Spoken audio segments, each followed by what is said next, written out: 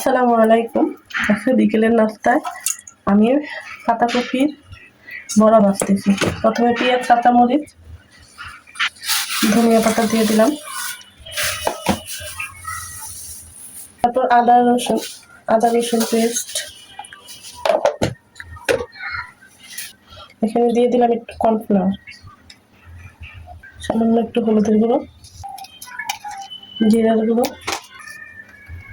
ধনিয়ার গুঁড়ো, সামান্য একটু আটা অথবা ময়দা। লবণ দিতে ভুলে গিয়েছিলাম।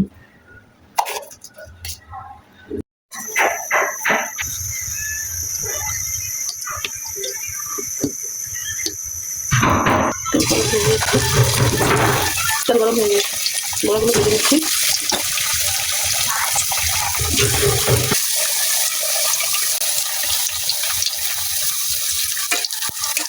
বড়াগুলো ভাজা হয়ে গেছে, এখন বড়া ভাজা শেষ। আজকের মতো মায়ের রান্নাঘর থেকে এখানেই বিদায়।